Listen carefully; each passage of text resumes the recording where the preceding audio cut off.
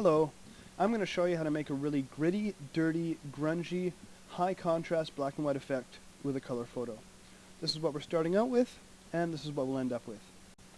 Okay, now I'm not going to actually recreate the entire image from scratch, but I will show you the layers and the adjustments that I did, and whenever I show you an adjustment layer, I will bring out the adjustments panel up here in the top hand right, and it's where a lot of the action happens, so keep an eye on it. Okay, now let me introduce you to Larry. This is Larry. He's a cool guy. Alright, now whenever I do this kind of conversion, I always like to first look into the shadows and see what kind of detail I can bring out of them, because nothing makes a really grungy black and white than a lot of shadow detail. Now there's not a lot of shadows in this image to begin with, but just for the heck of it, I dramatically fill lighted it, and after some deliberation I decided that I wanted to bring some detail into the brim of his cap and into his shirt. And the end result is subtle and nice. Now I'm going to convert it to black and white using the channel mixer. Whenever you do this, always just stick to the 6 presets that come with the tool to try and find the most natural black and white look for the image. If you try and get all your dramatic effects using these sliders, you're going to have a headache because you're going to end up blowing stuff out and it's not very flexible, so leave all of your tonality adjustments to curves. The difficult part of this technique is not doing it, but figuring out how to do it, what to enhance, and what to mask out. The first thing I noticed was that Larry's beard is extremely bright and extremely large, and I need to take some attention away from it. So to do that, I clipped some blacks, brought the shadows down, increased the contrast here to really show that this is a wiry old white beard. Next, what I did was I darkened the face just a little bit in the areas that I wanted to see with some shadow at the end. Just brought the midtones and the shadows down, and after that I added some contrast to the face by boosting the highlights, bringing the shadows down. The difficult thing about this is that, as you see, it's very, very highly masked, and it can be difficult while doing this because when you're doing the initial adjustments, you're doing it to the entire thing before you've masked it. So it's hard to say, yeah, that looks good. So you really need to know before you start adjusting what you're looking to adjust and what you want to see out of it. Okay. So for the eyes, I like to boost them up real nice, get a lot of sparkle in them. But as you can see there, by just clipping all these whites, I made it a little too bright. So what I did after that is I did the exact opposite. I clipped a bunch of blacks, and what that did is it left the image, the eyes, with a lot of sparkle, and then darkened the rest of it down.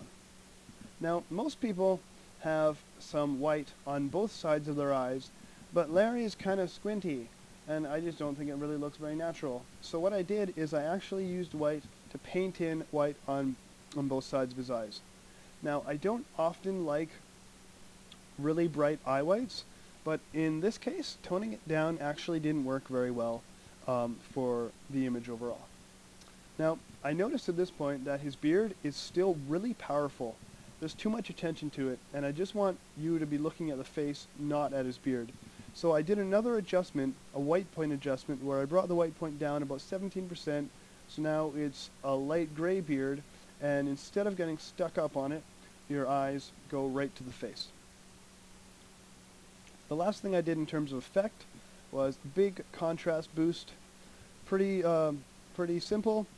Lift up the highlights, bring the shadows down. I really like clipping blacks to a certain extent.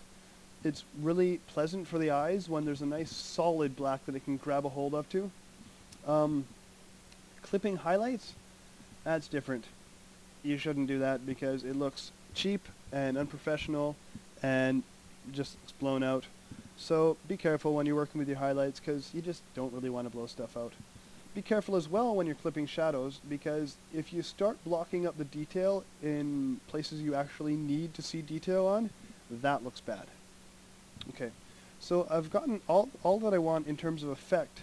Now, the last thing that I need to do here is just visual aesthetics sort of thing.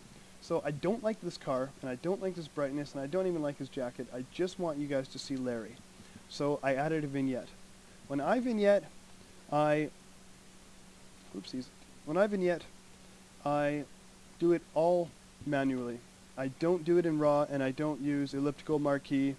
I want to see what I want to see vignetted, because if I start making this dark and his hair dark by some generic process that I can't control, it just doesn't work out.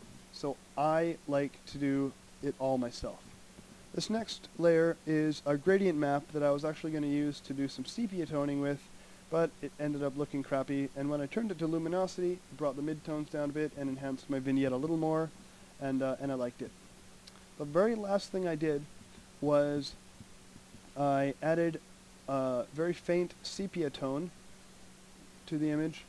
I did a few adjustments on the red channel, a few adjustments on the green, not much, but mostly I just grabbed the white point of the blue channel and yanked it down a bit, add a tiny bit of copper toning to the shot to give it a bit of a retro look.